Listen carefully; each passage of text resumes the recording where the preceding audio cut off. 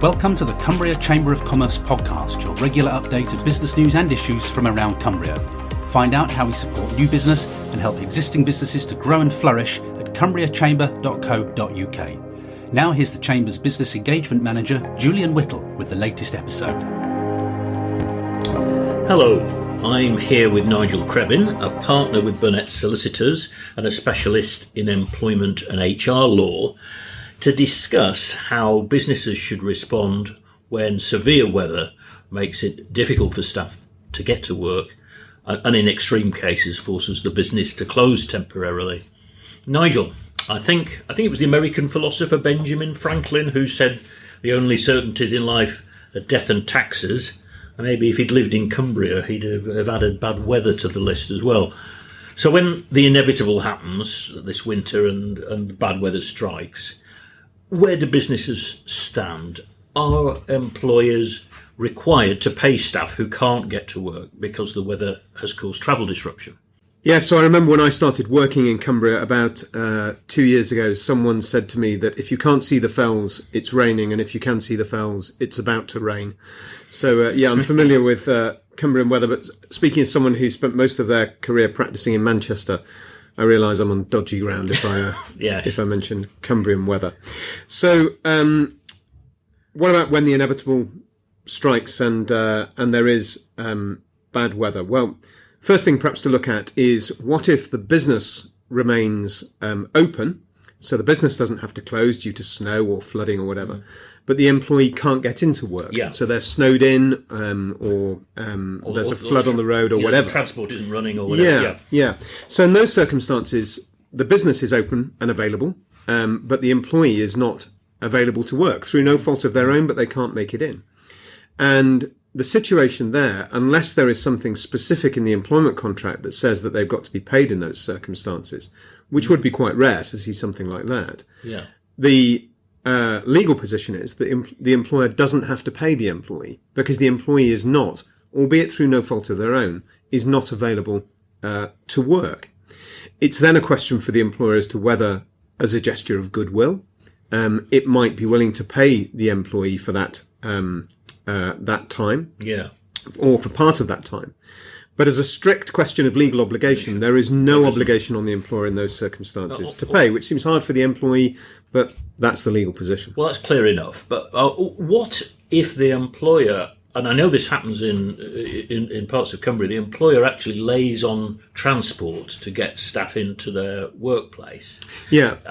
So you may have a situation where the employee's available and willing to travel, but the employer's transport can't get through. Is that a different? That is different, and that's really akin to the sort of flip side of what we were just talking about. What we were talking about before was business is open and ready for business, but employee can't get in. Situation different there if the business has to close, and it's akin to that if the employer lays on travel for the employees. That's the usual thing that the employer does, and due to adverse weather, the employer is not able to do that. In that circumstance, there would still be an obligation on the employer, unless there is anything specifically, again, in the employment contract that deals with that situation.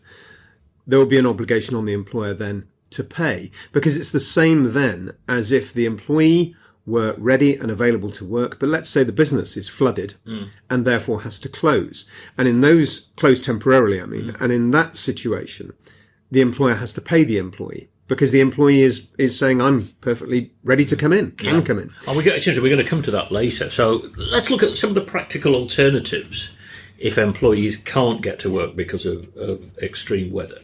Can the employer insist that staff work from home?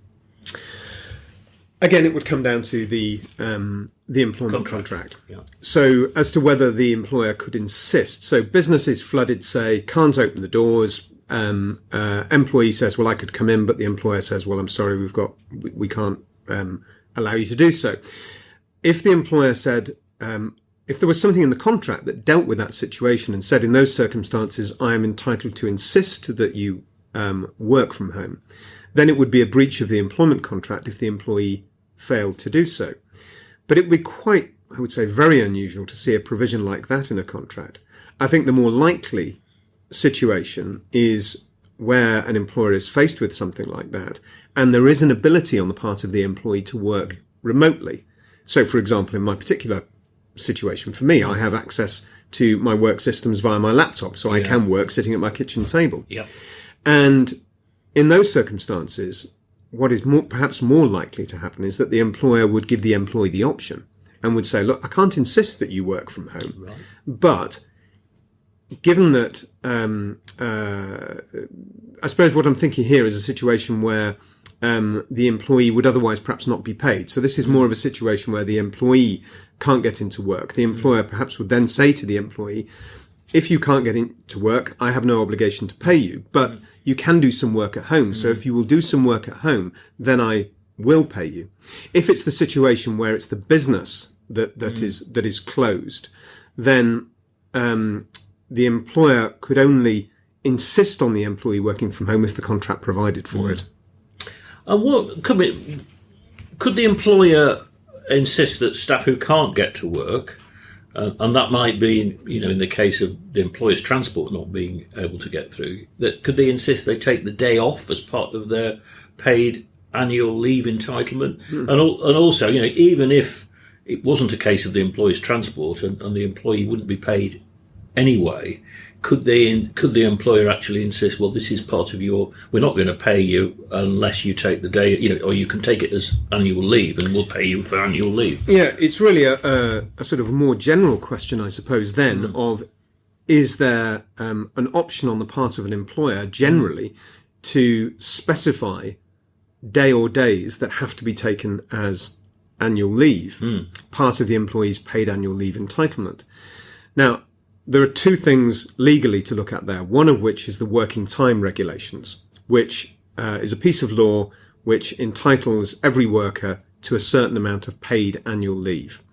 Now, there are provisions in the working time regulations that allow employers to stipulate that an employee has to take a certain day, for example, as a period of leave. Yeah. But there are quite specific steps that an employer has to go through. And in a nutshell, if you wanted one of your employees to take one day as leave, you have to give them 2 days advance notice of the 1 day that they have to take. And of course, that's tricky if you then get sudden bad weather. But the working time regulation provisions can be varied by what's in a contract of employment. And it's not uncommon to see provisions in a contract of employment that allow employers to require employees to take certain periods of time as leave. For example, you'll often see in a contract of employment a provision that says we have an annual Christmas shutdown. Yes. And you have to take, say, 2 or 3 days between Christmas and New Year as part of your leave entitlement. Yeah. And more generally, you could see a provision in the contract that says, I, as the employer, do have the right to stipulate that you take certain time as part of your paid leave entitlement.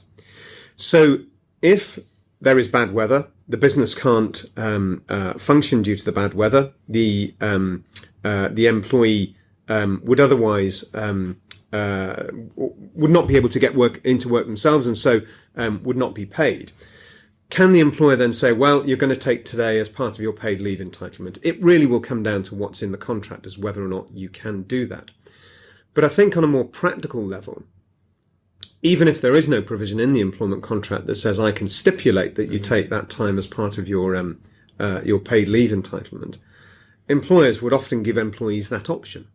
Yeah. So they would say, well, you're snowed in, you can't get into work, I don't have to pay you for today, but if you want, you can take today as part of your paid leave entitlement, and so you'll be paid for it. Yeah. So I think that's a practical way forward. And I think as an employer, you'd have to think, even if you did have the right to insist that an employee takes a particular day as part of their leave. So let's say the business, as I say, can't operate because of flooding, for example. The employer says, well, I can't get my employees through the door. I know I'm going to have to pay them.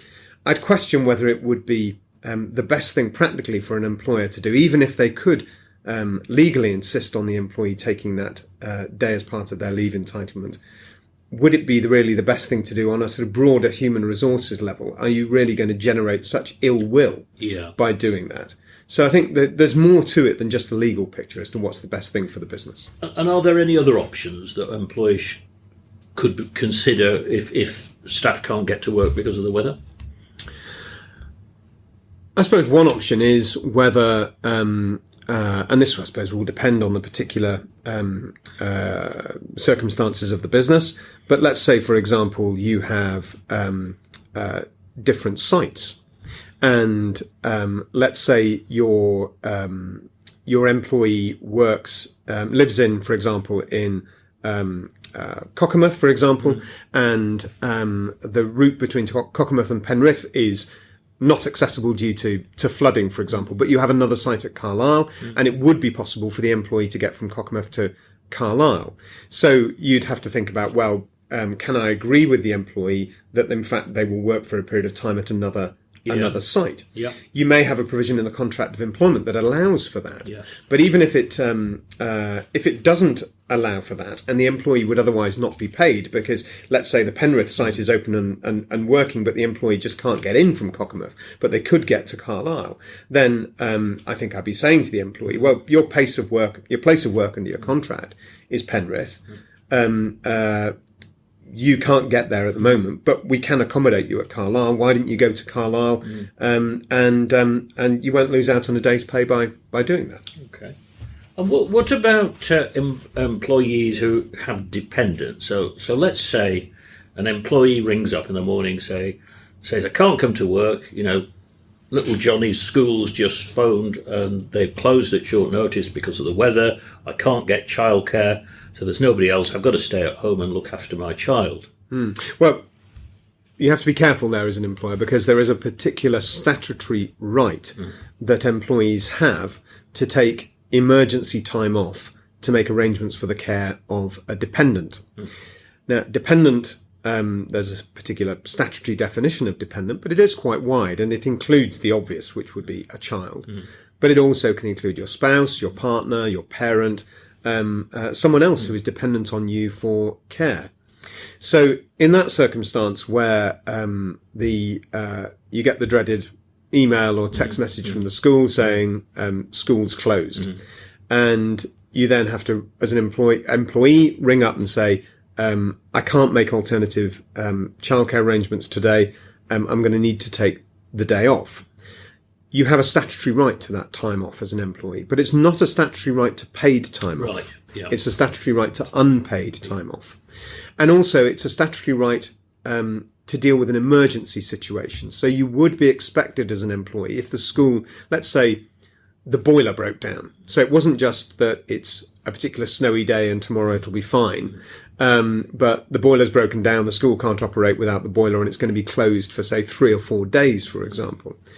Then you would be expected to try and make all reasonable efforts to sort out childcare. So perhaps on day one, you would have a statutory right to take the day off, but that wouldn't necessarily extend to day 4 if you were able to sort something out for your child for day 4. Yeah. If, as an employer, an employee exercises that statutory right to emergency time off for a dependent and complies with the various requirements in terms of notifying you of the situation, keeping you informed, and only taking a reasonable amount of time off, if you as the employer were in some way to subject them to a detriment, a bit of legal terminology, effectively punish them for taking that time off, that would give rise to a claim.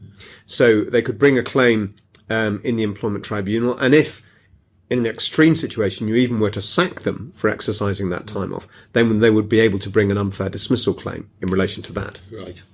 How about temperatures in the workplace? Is there a legal minimum that employers have to observe? Well, you're getting moving here into specific health and safety legislation, and it's an area of law in its own right. And I'm not a health and safety lawyer; I'm an employment lawyer.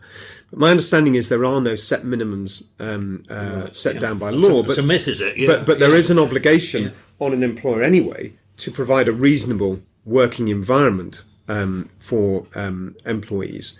So, if it was absolutely freezing and you weren't even providing employees with any form of sort of extra clothing or anything like that, then you'd be in breach of your obligations as an employer. Okay. And what about employees who might be deemed vulnerable, such as pregnant women or maybe an individual with a health condition? Do employees need to tread particularly carefully there? Yes, they do. Perhaps let's look at those two separate issues, one of which being then pregnant women. There is an obligation on an employer to ensure that the pregnant employee is not exposed to risk either to themselves or to the unborn child. And so if you're not, as an employer, able to provide a healthy, safe working environment for the pregnant employee, well, you're required by law to make, if possible, suitable alternative arrangements. So that might mean giving the option of the employee working at a different site or in a different location.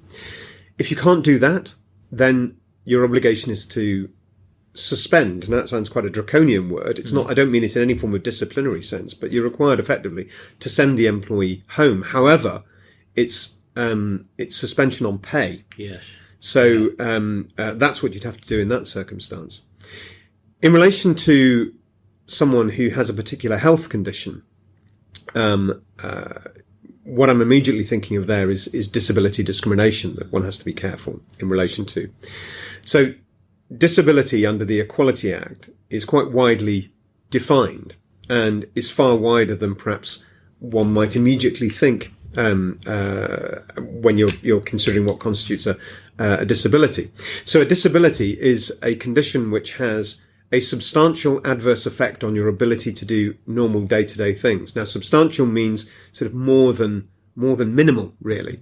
And so if you have a condition which has a substantial adverse effect on your ability to do normal day-to-day things, and it's long-term, which means it has lasted or will last at least 12 months, then that will constitute a disability.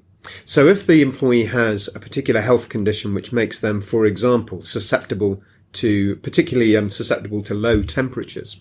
So they're working in, let's say a warehouse environment where someone who hasn't got that particular health condition finds the environment, or actually it might be a bit cooler than normal, but they don't find it unduly problematic. Yeah. But the employee who has the particular condition does find it lung problematic. Condition or something like that. Think back to my grandmother who had rheumatism and cold weather. She found it particularly difficult. Yeah. So in that situation, if the employee has a health condition which satisfies that definition of disability, and the working conditions cause that employee particular difficulties, more difficulties than would be the case that someone who did not have that disability would experience, then the employer has an obligation to make reasonable adjustments. And if you don't make adjustments which are reasonable to try and alleviate that difficulty, then that of itself gives rise to a claim under the Equality Act for a failure to make reasonable adjustments. So, for example, what would be the reasonable adjustments? Well, it could be, for example, putting some form of heating in the particular part of the warehouse where the employee works, or providing them with some form of additional clothing, for example, which might alleviate the difficulty. But you only have to make such adjustments as are reasonable. And if there are no reasonable adjustments that you can make, and the employee then in that situation is not able to work in the environment, they find it too painful, they find it makes them feel ill, then effectively you're moving into a sick leave situation where the employee is going to have to go on sick leave. And obviously you would have to comply with your obligations under the contract with regards to any sick pay provisions. There are entitlements as well to statutory sick pay. But there wouldn't necessarily be an obligation in that circumstance that you have to pay the employee their normal pay beyond what the contract says by way of sick pay. Yeah.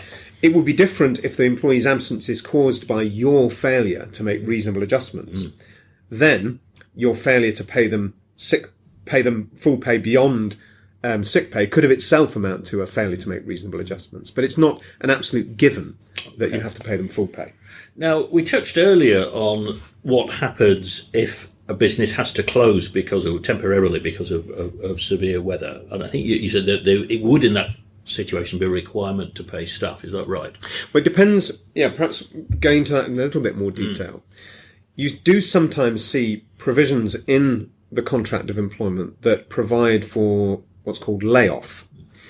So I don't mean layoff in the sense of laying people off, making them redundant, terminating their employment forever. I mean some sort of provision in the contract that provides for a temporary layoff that says, I can send you home for a period of time, and you won't be paid your normal pay in those circumstances.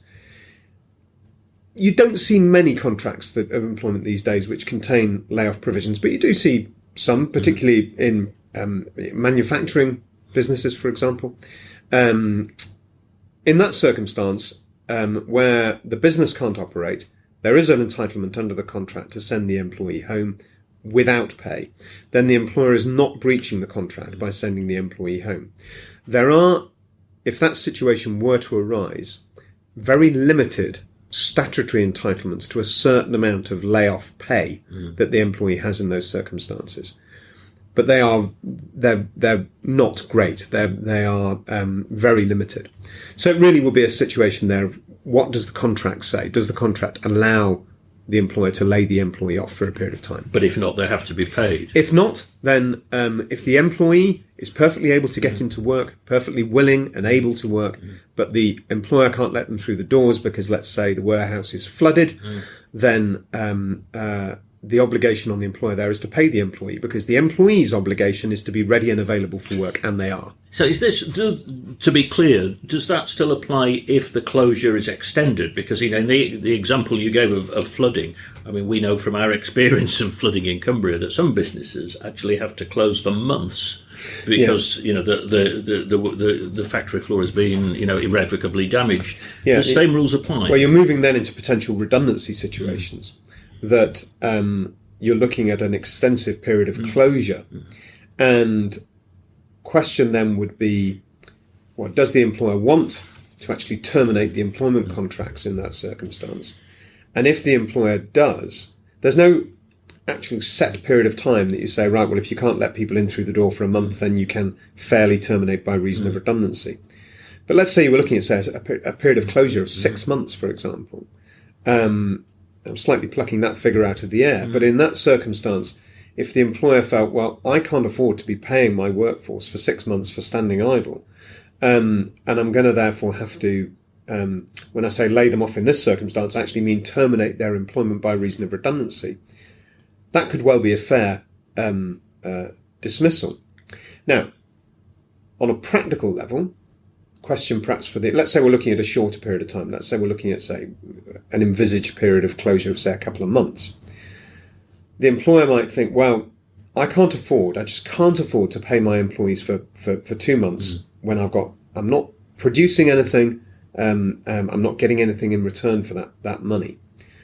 The employer might be thinking, I'm going to have to actually make these people redundant.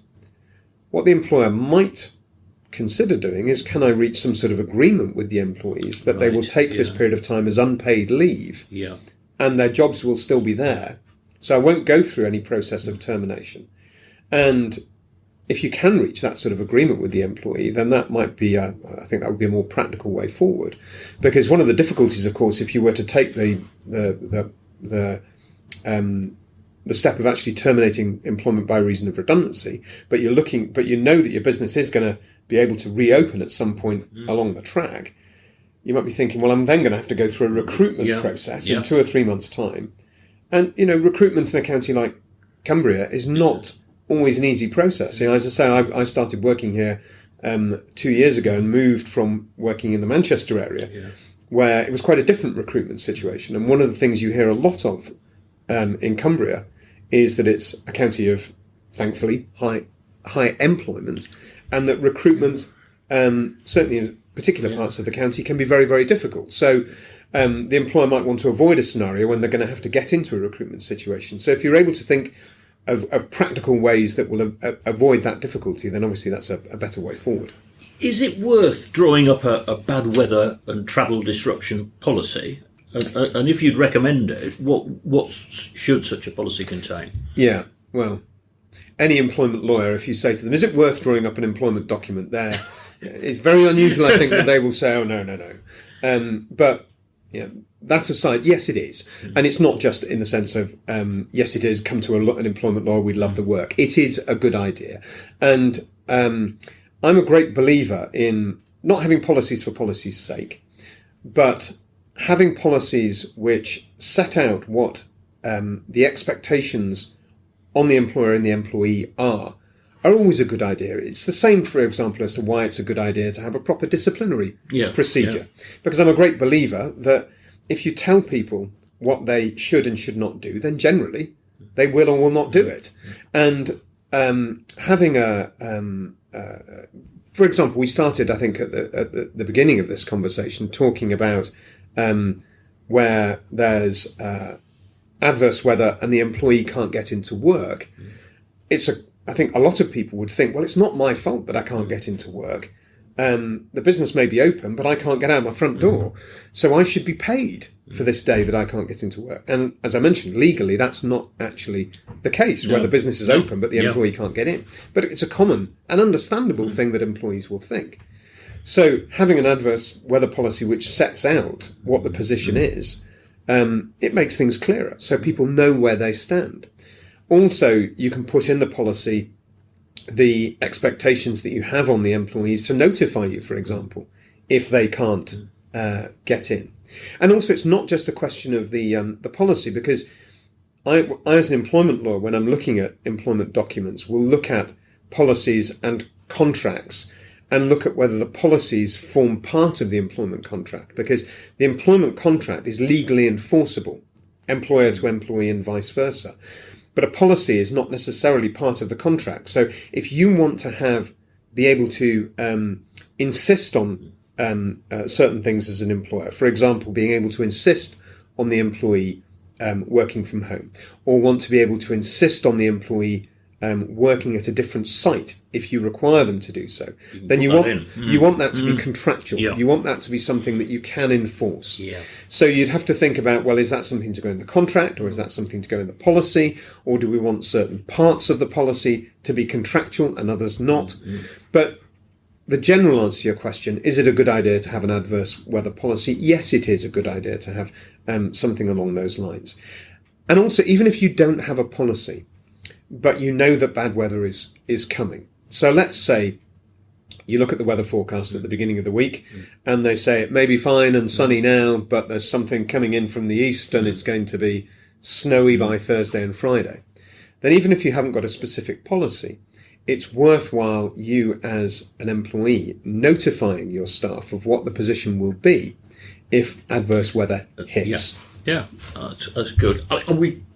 We talked a little bit earlier about flooding, and obviously, we've had a lot of it in Cumbria. I think when Storm Desmond hit in 2015, more than 6,000 homes and businesses were flooded. Now, I wonder, do employers have any responsibilities, any duty of care towards employees who may have had their homes flooded, in terms of giving them time off? Yeah, well, there may be particular circumstances if, for example, the home is provided as an employment benefit, which you do encounter, particularly in relation to, say, some aspects of farm work, for example, or if the employee's workplace is their home, then there may be certain obligations on the employer in that scenario. But leaving those things aside, the general position that through no fault of your own, your house is flooded, is there an obligation on your employer to help you out in relation to that? The straightforward answer is no. There may be entitlements that you have to take a reasonable amount of time off work as part of that statutory right. I can see perhaps that extending to something along in that sort of scenario. Also, as an employer, one thing you would have to think about is, let's say someone's home is flooded and they are having to deal with that horrendous situation. They're going to have to take a few days off work, for example, to deal with the awful mess that can give rise to.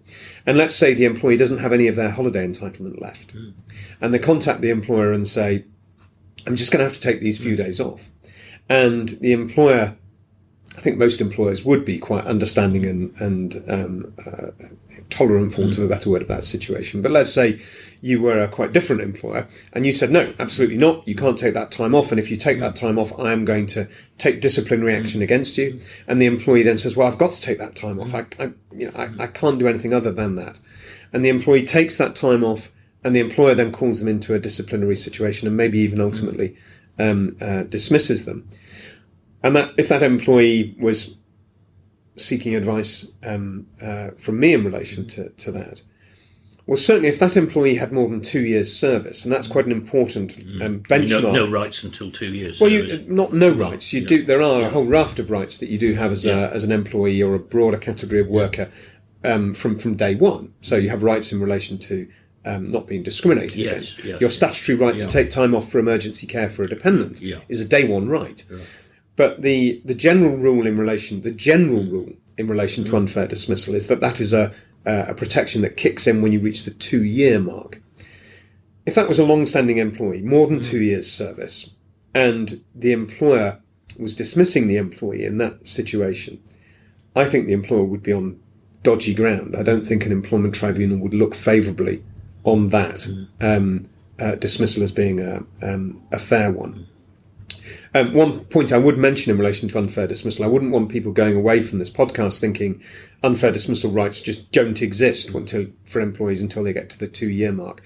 There are, as I say, limited circumstances where unfair dismissal rights exist from day one. So if you were to dismiss someone for exercising that statutory right to take emergency time off to look after a dependent, that would be an automatically unfair dismissal day one. Yeah. Okay. Thanks, Nigel. That's been very helpful. It's been a pleasure. I hope it's been of use. Thank you for listening to the Cumbria Chamber of Commerce podcast. You can find out more about how we're supporting Cumbrian businesses at cumbriachamber.co.uk and cumbriagrowthhub.co.uk. In the meantime, thank you very much for listening, and watch out for the next episode, which we'll be releasing very soon.